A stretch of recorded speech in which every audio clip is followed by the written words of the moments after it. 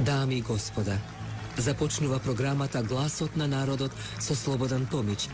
Интеракција 100%. Кажете си се што ви лежи на срцето и тежи на душата. Тука сме да ви помогнеме. Ексклузивни теми, соговорници кои нема да одбегнат со одговори на вашите прашања, коментари или критики. Постоиме за вас. Гласот на народот е клучот на демократијата. Гласот на народот со Слободан Томич во живо.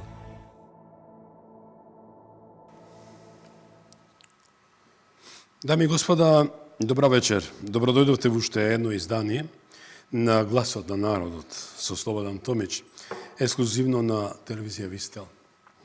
Вечер зборуваме за темата што ја тресе светската сцена, крајот на либералниот светски поредок. Дали сме сведоци на последните обиди на старата гарда да го задржи приматот или новата глобална реалност веќе ја обликува иднината? Каква е улогата на Трамп и Путин во рушењето на либерализмот? Дали украинската војна беше катализатор што ја забрза ова трансформација? Европа поделена, немоćна и без визија. Дали Брисел веќе ја загуби контролата? И најважното, што значи ова за Македонија?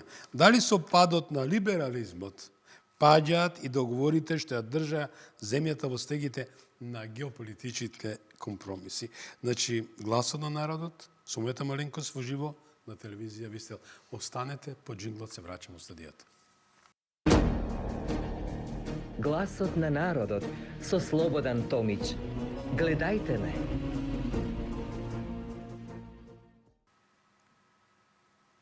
Да. Преметрањето на овој интерактивен форум, кој рековме заедно ќе го прославиме, да даде Господ да сум жив и здрав заедно со вас на Свети Никола Летен, 25 години, четврт век, 45 минути е форматот. Гостин Страшо Ангеловски, председател на МАК. Добро вечер и добро дојдовте, господин Добро вечер, добро ве најдов. Во ова четврт век, да речам, програма која навистина влезе во порите и во ганглите на секој македонец и породи по државјанство. Темата е со смртта на либерализмот умираат и неговите проекти. Ако ми дозволите, со оглед дека, да, не го дугавте, ја прифаќам, 45 минути е мал термин, меѓутоа за вас, кој сте еден ретко елоквентен, не значи дека другите ги девалвирам, меѓутоа знаете да дефинирате фактичката ситуација во истинска смисла на зборот и затоа велам и во 45 минути ќе се собереме. Еве, темата ја кажавме. Како стигнавме до овој момент на уривање на либералниот светски поредок? Јас денес напишав еден текст, една колумна која излезе во денешен МК, онаму каде што порталот каде што би објавувам, и токму се задржувам на овие нешта кои како прашања вие ги поставувате пред мене. Да. Како? Постојано тоа се циклични промени на светскиот поредок, кои порано се случувале во многу долги периоди, затоа што и технолошкиот развој бил многу поспор. Со забрзаниот технолошки развој, со забрзаниот развој на сите процеси во општеството, се забрзуваат и процесите на менување на светскиот поредок. Ние знаеме дека 45-тата, после големата светска војна со 30 на можеби и повеќе милиони жртви, се промени светскиот поредок, влеговме во биполарен светски поредок, кој беше гарантиран, мирот беше гарантиран во 45 години само заради обостраното поседување на нуклеарно оружје на обата пола, односно на обете светски сили. 90-тите години беа многу значајни, ние еве заради нашите години кои ги имаме зад себе бевме сведоци и на таа промена на светскиот поредок, кога биполарниот поредок беше уништен, едноставно умре заедно со умирањето на Советскиот сојуз и со сите негови проекти кои тој ги имаше преземено. Притоа, така наречените либерали создадоа униполарен светски поредок, либерали кои јас ги нарекувам западни комунисти или западни марксисти, и кои преземајќи го тој таков униполарен поредок, почнаа да го сеат злото низ светот. При тоа, повторно, значи, промената на поредокот постојано се одвива со жртви, односно со војни. Во времето на промената на биполарниот со униполарен поредок, ние имавме војни на просторите на поранешна Југославија, имавме војни во Авганистан, во Чеченија имавме војни во Ирак, арапската пролет и така натаму, што ќе рече дека и таа промена на светскиот поредок не помина без жртви.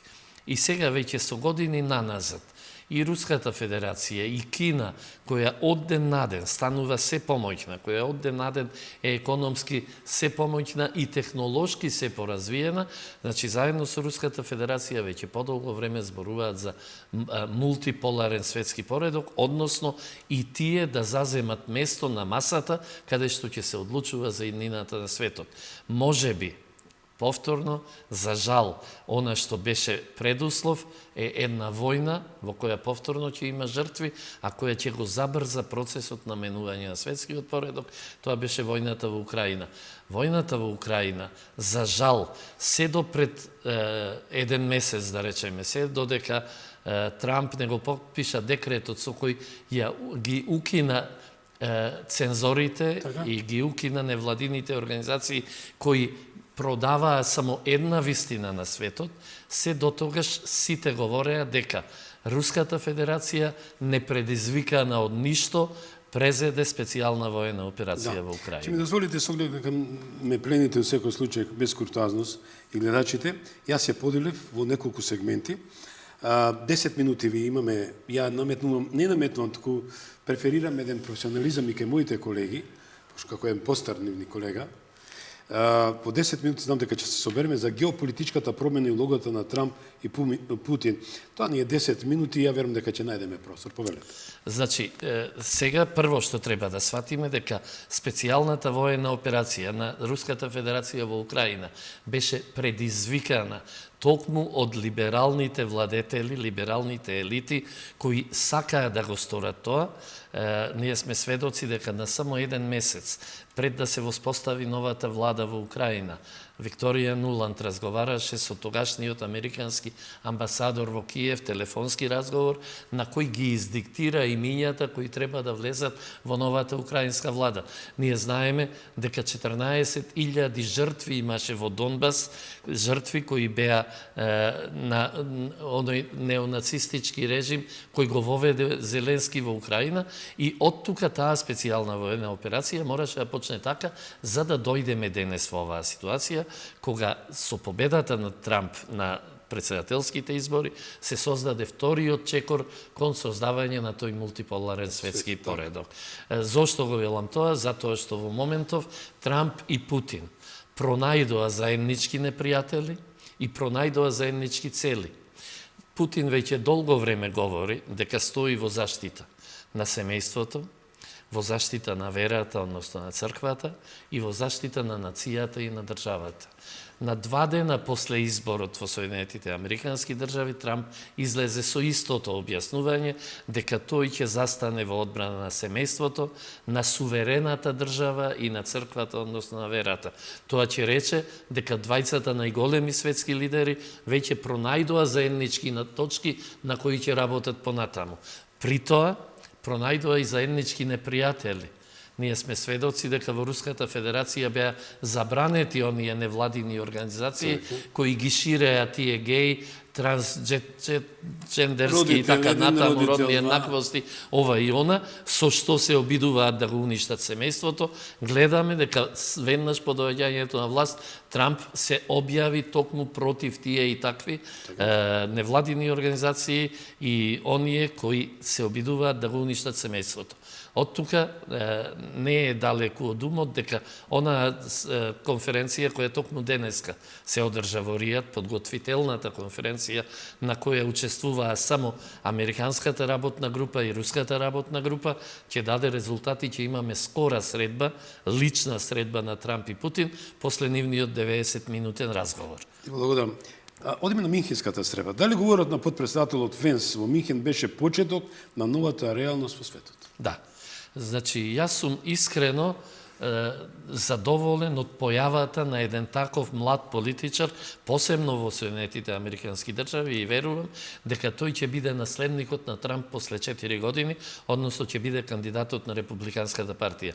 Она што тој го изнесе таму, јас ќе го сублимирам во само една негова реченица, затоа што се понатаму што зборуваше беше само објаснување на таа негова реченица. Тој јасно, гласно и децидно рече дека Руската Федерација не е единствениот и најголемиот виновник за војната во Украина, и дека Русија и Кина не се најголемата закана за европските држави и Европската унија, туку тоа се елитите, либералните елити кои ги водат тие држави.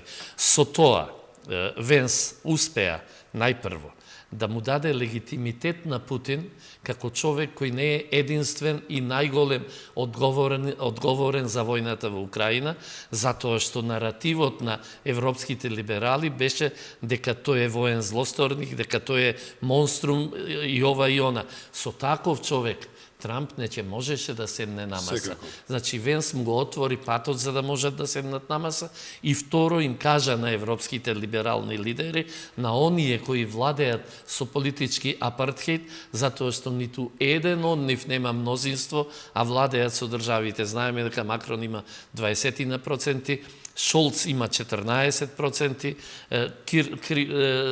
Кир Стармер има 24%, Урсула фон дер Лајен нема ниту 1%, меѓутоа затоа има пак многу пријави за корупција и за криминал. И со тоа Венс им кажа дека тие како такви се оддалечуваат од вредностите кои Трамп ги пропагира и дека за нив како за такви нема место на преговарачката маса каде што ќе се одлучува за светот, односно дека Европската унија нема да седи на масата, туку ќе биде послужена на масата како мени за двајцата најголеми светски лидери. Колку е реално Трамп и Путин да постигнат договор кој ќе значи крај на либералниот светски поред?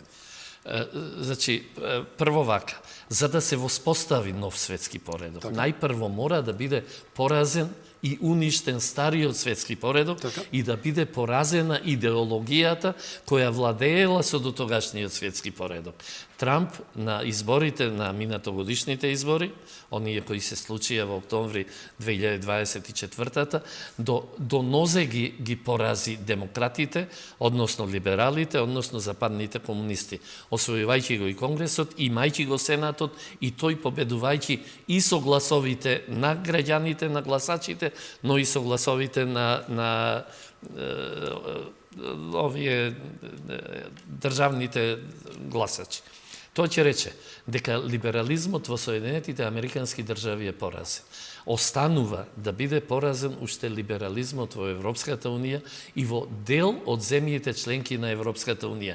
За да биде поразен, најпрво мора да биде поразен режимот на Зеленски. Зошто? Зеленски во овој момент е тој кој извезува обоени револуции низ Европа. Зеленски преку грузиската гарда, која е неонацистичка организација и која се бори во Украина, ја организира обоената револуција во Словачка и преку своите служби и преку грузиската гарда ја организира обоената револуција во Србија. Тоа ќе рече дека ги организира непријателите на Трамп за да му пружат отпор. Значи, најпрво мора да биде тргнат режимот на Зеленски, потоа треба да бидат победени оние кои владеат со политички апартхейт, односно владеат како малцински влади, за да на крај дојде до умирање, политичко умирање на Европската унија како европска наддржава и нејзино реструктурирање во сојуз на суверени европски држави, во кој сојуз ќе мора да има место и за Анкара и за Москва, и кој сојуз потоа ќе ја изгради новата евроазијска безбедносна инфраструктура. И за финале на овој прв блок на прашања, како Русија и Кина го менуваат балансот на силите во светот? Па, значи, она што ќе биде следно, она што на наредните преговори, овие разговори кои сега се одвиваат само меѓу Трамп и Путин, се за да се реши проблемот со Украина и да се реши проблемот со либералната владеачка елита во Европа. Веќе на следните состаноци ќе има место и за Кина, ќе има место најверојатно и за Индија, можно е да има место и за африканските држави кои некој ќе ги представува, затоа што сите тие во новиот мултиполарен поредок ќе сакаат да го заземат своето место. При тоа Соединетите Американски држави преку Трамп најверојатно ќе ја продолжат Монроовата доктрина, односно Соединетите Американски држави ќе сакаат да владеат со западната хемисфера и да бидат присутни на Блискиот Исток. На Руската Федерација заедно со суверените европски држави ќе им биде дадена евроазиската безбедносна инфраструктура, а на Кина ќе и биде дозволено со својот појас и пат да навлезе во Африка, да навлезе во Јужна Америка и секаде онаму каде што таа сака преку кредити и економски да ги развива државите. Така некако ќе се одвиваат нештата на масата. Ви благодарам. Сакам да одиме на една друга тема, а тоа е украинска војна како катализатор на светските промени. Дали можеме да кажеме дека украинската војна всушност ја забрза пропаста на НАТО и Европската унија? Во принцип, само заради тоа што до пред месец дена не можевме да го чуеме зборот мир, туку го слушавме само зборот војна од представниците на НАТО и од представниците на Европската унија. Толкму заради таквиот нивен однос, тие се доведоа во ситуација денес, со таквиот свој однос да го забрзаат собственото, да ја забрзаат собствената политичка смрт. И јас реков дури, она што вчера на 17-ти се случи во Париз, како да е ковање на последната шајка на ковчегот на НАТО и на ЕУ. Зошто? Затоа што Макрон успеа и онака поделената Европска унија, и онака поделеното НАТО со својата покана само на старата Европа, како што се нарекуваше, без при тоа да бидат поканети која и да е од државите од понешниот Варшавски пакт, освен Полска, поканувајќи ја Велика Британија и само шефицата на Европската Унија и на НАТО, Макрон успеа да ја подели уште подлабоко ЕУ и НАТО. Ние имавме веќе реакции на официјална Софија, реакции на официјална Љубљана, затоа што се незадоволни, велат дека кога беше потребно да и се помага на Украина, ние бевме во првите редови да помогнеме, а денес сме исклучени, се извинувам, од она што се случува. Тоа ќе рече дека 17 февруари, односно вчерашниот ден, веќе можеме да го запишеме како меѓник на постоењето и непостоењето на НАТО и на ЕУ, зборувам, во онаква светлина каква што ги познаваме. И НАТО и ЕУ ќе продолжат понатаму да живеат, меѓутоа нема да бидат слуги на западниот комунизам, нема да бидат ударна тупаница на оската Клинтон, Обама, Бајден, која со своето злосторство, едноставно, доколку не беше пресечена во овој момент, ќе нанесеше ненадоместливи штети на светот, дури постоеше можност, која се уште постои, затоа што за жал се уште го имаме Зеленски на власт во Украина, да не воведе во нуклеарен судар. Вие гледате дека Зеленски е подготвен на се, дека дури утре задутре може да предизвика удар на некоја од нуклеарните централи, на што Руската Федерација ќе мора да одговори и да влеземе во една спирала на нови ескалации на војната. Како ја коментирате изјавата на Лавров дека измамници не треба да повторно да седат на преговарачка маса? Па после австрискиот министер за надворешни работи Метерних, кој пред 2 века беше најголемиот дипломат, чинам дека Лавров во моментов е најголемиот жив дипломат во светот. И неговите изјави треба да се примаат исклучително внимателно, да се слушаат и да се почитуваат.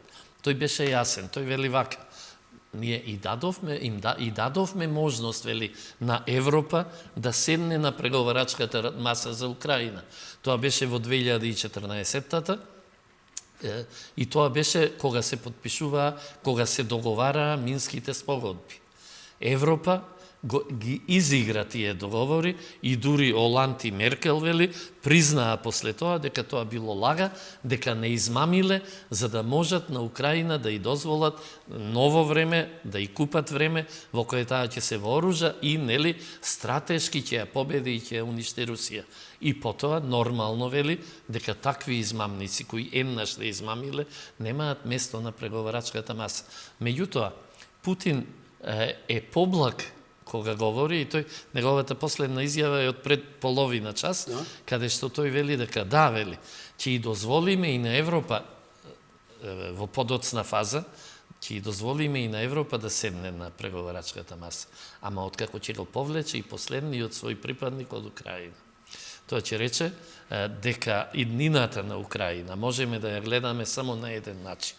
Тоа е овие територии кои Русија веќе уставно ги префрли во своја, нели, со уставот на Руската Федерација, тие територии веќе се наоѓаат во составот на Руската Федерација, тие ќе останат, а остатокот од Украина, наспроти она што многумина го велат, дека е можно да дојде до поделба на Украина меѓу Полска, Романија, Унгарија и не знам кој, тоа е невозможно, ќе кажам зошто, и второ невозможно е европски сили да бидат гарант оние истите кои се уште учествуваат во војната во Украина на страната на Украина. Значи невозможно е тоа решение и невозможно е поделбата, затоа што доколку дојде до поделба на Украина меѓу Полска, Унгарија, Романија и не знам кој, тогаш НАТО директно доаѓа до границите на Руската Федерација, бидејќи и Полска и Унгарија и сите се членови на НАТО. Значи тие решенија се невозможни, единствено овој дел на Украина ќе остане во состав на Руската Федерација, а остатокот ќе ја има судбината што ја има Јапонија и Германија во 45-тата. Нивната сувереност ќе ја гарантира Руската Федерација со своји бази на територијата на Украина. И некој ќе рече, та зарем украинците ќе ги прифатат русите таму. Ами јапонците после 2 атомски бомби ги сакаа ли американците на нивната територија? Но ги прифатија за да ја зачуваат својата сувереност и независност. Ангеловски, последно прашање од ова група прашања е дали Европа навистина ја загуби контролата врз својата иднина? Европа одамна ја загуби контролата врз својата иднина. Ја загуби во моментот кога се однесуваше со двојни стандарди посебно кон државите од така наречениот Западен Балкан. Так. Посебно кон Република Македонија. Да.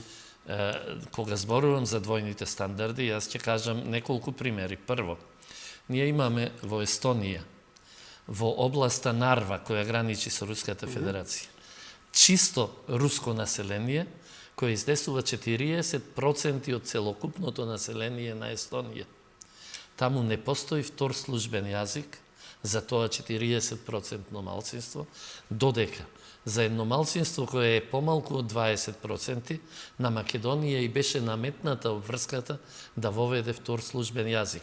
Ако тоа не се двојни стандарди, не знам што се. Второ, имаме прашање за Македонија, но второ, двојните, значи за да кажам кога Европската унија почна да тоне, тоа се двојните стандарди со кои на официјална Софија и е дозволено да издава државјанства врз основа на изјава со која ќе појдете таму и ќе речете мојот дедо бил бугарин и вие добивате бугарско државјанство.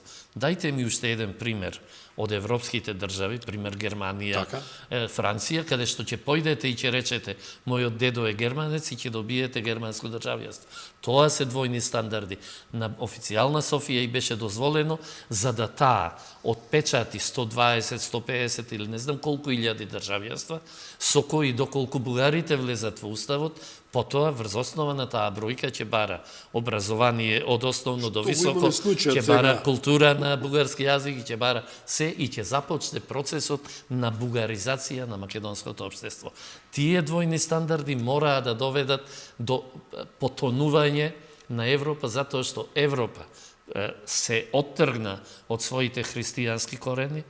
Европа со оној мигрантски удар, посебно во 2015-тата и 2016-тата, веќе има Потикнато Сорос и поддржнато. така од невладините организации, веќе има поинаква демографска структура од која имаше и бегајќи од своите христијански корени, уништувајќи го семејството преку овие Традиционалните вредности. бегајќи од нив, Европа самата себе си се уништи. Затоа јас за Европа знам да речам дека за жал Европа е демографски и економски мртовец. Така. Мојот четврти сет на прашање е состанокот во Париз, последниот обид на Старата гарда. Како гледате на состанокот што го организираше Макрон? Со оглед дека вие начнавте, реков дека имаме такви прашања, а уште еднашка за мене е тоа една голема гротесна што постои. Вака, значи, тие се обидоа состанокот во Париз да го представат како средба на лидери на европски држави за заштита на демократијата, за заштита на европските вредности и за останување до крај со вредностите кои ги споделуваат заедно со Украина. За жал, приказната е сосема поинака. Така. Ниту нив ги интересираат демократските вредности, ниту што и да е, ниту заштитата на Европа и на Европската Унија. Тие едноставно сакаат да ги заштитат своите позиции кои веќе им се изгубени. Не случајно говорев дека Макрон има 20%, а владее со Франција, Шолц има 14%, и уште паѓаат со Германија и така. Значи, ова, откако Трамп го стори ова што го стори, тој како да удри со стап во еден голем осилник. И удирајќи во осилникот, тој ги растера осите. Добро. И тие кога се растерани, тие збудалуваат и напаѓаат секого и не знаат како да се однесуваат. Така, растерани од осилникот, денешните европски, јас ги нарекувам кореврократи, корумпирани европски бирократи, се собираат за да му се спротивстават на Трамп, за да ги зачуваат своите малцински, либерални, западно-комунистички позиции. За нивна несреќа, нема да ги зачуваат, туку ќе бидат победени, може би не веднаш утре или задутре, меѓутоа во месеците и годините што следат, ќе бидат победени од суверенистичките, од оние сили кои сакаат да ги зачуваат нацијата и државата, затоа што ова што Трамп го работи е враќање назад кон вестфалските принципи од 1648-та, кои го гарантираат двојството држава-нација. Тоа што Трамп и Путин го работат, значи е уништување на обидот за зомбирање на човештвото и враќање назад кон вестфалските принципи. Кога зборувам за зомбирање на човештвото, што е ако не зомби, човекот кој нема полова припадност, значи не знае дали е маж или жена, човек кој нема семејна припадност, не знае дали е татко или мајка, човек кој нема национална припадност, затоа што не припаѓа на ниту, и човек кој нема верска припадност, кој не припаѓа. Што е тој човек? Тој е обичен зомби кој се движи по планетата Земја. Таа беше целта на тие либерални елити, да го зомбираат човештвото, за да можат лесно да владеат со него. Дали Европа се дели на стара и нова и дали источните земји ќе освртат грбот на Брисел? За жал, Европа се подели уште нели одамна кога рече дека постои Европа во прва и Европа во втора брзина. Така. Значи таа поделба веќе постоеше. Меѓутоа таа поделба сега станува се поизразена. Посебно после вчерашниот состанок во Париз, кога реков дека можеме да го удриме крстот врз сандакот на ЕУ и на НАТО.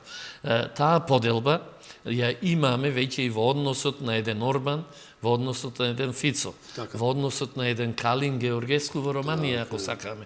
Го имаме во односот во Австрија на партијата на слободата. Го имаме веќе се ослободува и Џорџа Мелони во Италија, која најверојатно мораше да лавира меѓу интересите на својата конзервативна политика и интересите на либералното владење во Европа кој се наметнуваше. Значи, тоа сето говори дека Европа веќе се дели на суверенистички струи, она што се случи на 7 и 8 во Мадрид, каде што патриотите за Европа веќе имаа свој состанок и каде што кажаа дека во наредниве 3 години ќе ја освојат Европа и ќе му ја вратат на народот. Тоа ќе рече дека сега имаме судир на малцинските либерални елити, за кои размислувањето и интересите на народот се сосема најбитни, како што Аналена Бербок сама рече во една изјава, рече, германскиот народ размислува поинаку, ама ние работиме вака како што сме одлучиле. Тоа ќе рече дека во моментов имаме судир на малцинските либерални елити и остатокот од нормалниот народ кој ќе добие шанса наспроти она досега кога добиваше инсталирани политичари, ќе добие шанса да си ги изгласа своите представници и да добие власт која ќе работи во интерес на народите на европските држави. Да, и како финален сет прашање за состанокот за околу Париз, дали пропаста на либерализмот значи пропаст на политичките елити како фон дер Лајен, Макрон, Шолц? Имено, значи, токму тоа е суштината на битката против стариот светски поредок, да се уништи стариот светски поредок, да се уништи идеологијата на стариот светски поредок и да се тргнат луѓето кои се носители на таа и таква идеологија. Тоа ќе рече дека, јас и во мојот текст пишувам дека заедно со смртта на стариот светски поредок и на неговата идеологија умираат и неговите проекти. Значи, сите оние проекти кои либерализмот насилно ги инсталирал, сите оние проекти кои ги предизвикал, сите оние проекти кои заживеале низ Европа, сите тие проекти, заедно со смртта на либерализмот како идеологија и како светски поредок, ќе треба да бидат мртви, а во тие проекти спаѓаат и дел од балканските проекти во кои спаѓа и Република Македонија. Како пети сет на прашања, последици за Македонија. Ако либерализмот, ако ми дозволите, либералниот светски поредок умира, дали тоа значи дека ќе отпаднат, точно ќе паднат Охридскиот и Преспанскиот договор?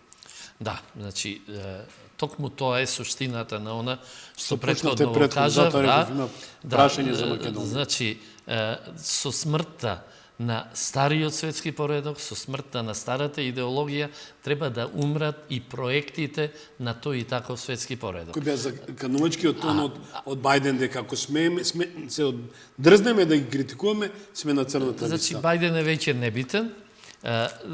Такви проекти, за жал, прво, е големо албанскиот проект на Балканот, кој од сега е веќе мртов. Видовте каков беше односот на Трамповата администрација кон Албин Курти. Значи дека тој проект за кој Курти се залагаше е веќе мртов. Меѓутоа, два проекти кои се најбитни за нас, за Македонија. Тоа е проектот кој беше реализиран преку Охридскиот рамковен договор и преку помошта која таквата идеолошка НАТО организација, либерализираната НАТО организација, ја даваше на албанските терористи во борбата за освојување територии во Република Македонија. Сето тоа со иницијатива на таа либерална елита, преку либералната идеологија во тој либерален светски поредок заврши со Охридскиот рамковен договор и со создавањето на мултиетничка држава. И кога преска споменав дека Трамп и Путин ќе го враќаат светот назад на вестфалските принципи, во вестфалските принципи постои двојството нација-држава и не постои можност за мултиетнички држави. На крајот на краиштата 2011-та, тогашниот француски председател Оланд, тогашниот премиер на Британија Камерун и тогашната канцеларка Ангела Меркел на заедничка пресконференција рекоа дека мултикултурализмот е мртов.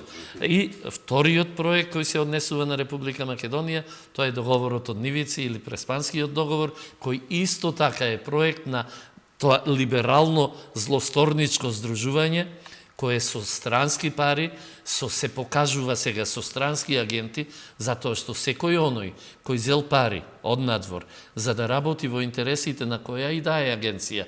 Тој мора да се смета за странски агент и за него треба да важат законите за шпионажа во оваа држава и да бидат така казнети. Тоа ќе рече дека и тој проект, кој е проект на либерализмот со смртта на таа либерална идеологија и либерален поредок, треба да биде мртов и ние да го вратиме достоинството, името, идентитетот и се она што ни беше одземено. Каква е нашата позиција во новиот мултиполарен светски поредок? Зборуваме за Македонија? Да. Нашата позиција ќе биде онаква каква што самите ќе ја изградиме. Дефинираме. За жал, ние се уште доцниме во приклучување кон, јас тоа го говорам, антилиберален фронт, доколку нашиот народ многу понеук и многу понезапознаен со нештата во 41-та инстинктивно се определи за антифашистичкиот фронт и застана на вистинската страна. Јас не знам зошто денес, кога имаме можности да размислуваме, да читаме, да следиме, уште немаме сила да застанеме цврсто во тој антилиберален фронт. На што се должи тоа? И на многу нешта се должи. Досега се должеше на тоа што таа либерална елита ги контролираше медиумите, еве гледаме дека ги цензурирала. Јас многу пати некои од моите колумни кои не се согласуваа со либералната идеологија беа тргани од социјалните мрежи, некои од нив беа оневозможувани да допрат до поголем број читатели и што најверојатно им се случувало на сите оние кои размислуваат така. Тоа ќе рече дека ова сето се должи на дел од работата на тие либерални инсталации внатре во државава, меѓутоа, ние сепак мораме да сватиме дека Европската Унија е како една композиција која забрзано по шините се движи кон амбис и да не трчаме да се качиме во последниот вагон од таа композиција за да слетаме во амбисот. Значи, ние мораме да го прифатиме, мораме да осознаеме дека се раѓа мултиполарен поредок во кој мултиполарен поредок ќе умре без алтернативноста. Нам ни беше велено дека ние немаме алтернатива освен ЕУ и НАТО. Не е точно. Во мултиполарниот поредок секоја земја има алтернатива и секоја држава има право во рамките на собствените интереси да работи и соработува со оној кој ќе одлучи, а најдобро е да соработува со сите носители на мултиполарноста, да соработува и со Вашингтон, и со Москва, и со Пекинг, со мудрост, и со желба да се заштитат собствените национални интереси. На крајот, значи, тоа ќе се сведе да работиме со промакедонски ставови, кои промакедонски ставови ќе ни покажуваат со кого и како треба да соработуваме. Најкратко за ова, како да се подготвиме за новите геополитички реалности, кога фативте тоа во секој случај, јас сум голем поборник за вистината, да бидам искрен. Во сите овие 25 години и повеќе, некојаш не ми беше можност да си ја кажам својата вистина. Значи, како да се подготвиме? Најпрво, смртта на Европската Унија, која ќе предизвика и смрт на Европската Унија како европска наддржава, нејзината смрт ќе предизвика и смрт на европските надпартии во кои членуваат нашите големи политички партии, а чие членување таму не им дозволува да изградат собствена автентична македонска политика, туку мораат, барем во дел, да ја усогласат со политиката на тие европски надпартии. Така? Значи, во моментот кога европските надпартии заедно со европската наддржава ќе бидат мртви, во тој момент сите македонски политички партии ќе можат да градат своја автентична македонска политика, да се владеат според нејзе и да ги бараат решенијата во согласност со македонските национални и државни интереси. Во финале, 5 минути не остано, како едно резиме. Дали Македонија ќе дочека оваа светска промена подготвена? Јас искрено се надевам дека ќе ја дочекаме подготвени. Меѓутоа, повторно ќе речам, се ќе зависи и од забрзаната пропаст на Европската Унија и НАТО. Вие гледате дека ние се уште стоиме на тезата дека треба да и помагаме на Украина во оваа војна која се случува на низината. Или банкомат, како ја вика. Ние се уште стоиме наспроти она што председателот на Соединетите Американски држави, значи најмоќната фигура во светот, го кажува дека мора да се опре таа војна, дека помошта на Украина треба да и биде сопрена. Ние се уште зборуваме, а треба да го знаеме податокот дека сме петта држава во свет подадената помош на Украина. Нормално во однос на бројот на население. Значи, петта држава во светот подадената помош на Украина. Кога тоа ќе го прекинеме, кога ќе ја сватиме мултиполарноста како иднина, а униполарноста како минато кое дефинитивно ќе згасне, во тој момент ние ќе почнеме и треба да почнеме да градиме стратегија за влез во мултиполарниот светски поредок. Оти, без стратегија немате ништо. Јас се сеќавате вие на еден наш министер за надворешни работи кој го подпише договорот со официјална Атина, кој рече дека ние водиме шарм дипломатија и дека со тоа ќе победиме. Ами како водите вие шарм дипломатија наспроти 130 годишните големодржавни стратегии на соседите? Значи треба и вие да изградите стратегија и во односот кон соседите и во односот на мултиполарниот поредок кој се гради и со таква и таа стратегија да влеземе во потокот кој ќе не носи кон она што значи развој на македонската држава како држава на македонската нација. Значи, не како мултиетничка држава, туку држава на македонската нација. Зошто? Затоа што сите граѓани, според Вестфалскиот договор, кои живеат на територијата на македонската држава, значи или на германската или на бугарската сеедно, сите тие се припадници на македонската, на германската или на бугарската нација. Таква Македонија нам ни треба. Секојаш реков, не сум бил клиентелиста во моите 45 години во мас-медиум, ни сега, ни до крајот мојот живот. Но видов дека има ново политичко и неков амбиент. Вучич не замина во Минхен. Мицкоски направи сосема различен исчеков во однос на клиентелизмот на човекот што изградил Вавилонска кула во Дубај, како го спомнува Груевски. Се мисли на Заев, го парафразирам. Дали веќе се надзира нова политика која води кон нов прогрес на Македонија без љубен бацање на кондурите на политичарите? Само 2 минути ве молам. Значи, на почетокот во 30-тите години на првиот век, кога Римското царство го освоило британскиот остров, таму не постоела се уште британскиот народ, туку само племиња брити, иноцети и така натаму и така натаму. И римјаните користат еден израз клиент кралеви. Поставувале шефови на тие племиња кои ги нарекувале клиент кралеви. Такви клиент кралеви поставуваше либералната елита низ државите.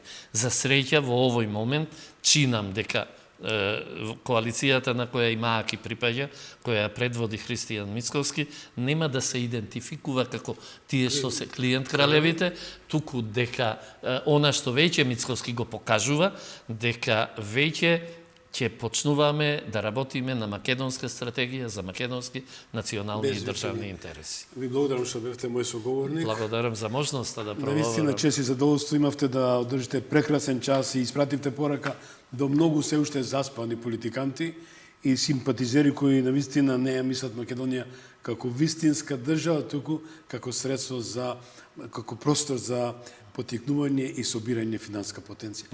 Многу здравје и успех во работата. Вам, почитувани, ви благодарам за вниманието. Знам дека ве задржавме со 100% следење. Бите живи, здрави, гледајте не на полноќ како реприза и во недела во 10:02. А ние се гледаме повторно во петок во магазинот со Томич. Пријатна вечер.